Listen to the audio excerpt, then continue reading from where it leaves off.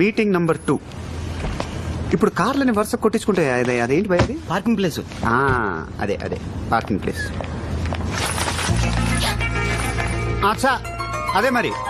Hello దా Hi. దా దా దా దా I'm sorry I didn't recognize you. I'm really sorry about that day. I really didn't mean to do it. ఆ రోజు అక్కడ అంతమంది ఉన్నారని భయం వేసి వెళ్ళిపోయాను.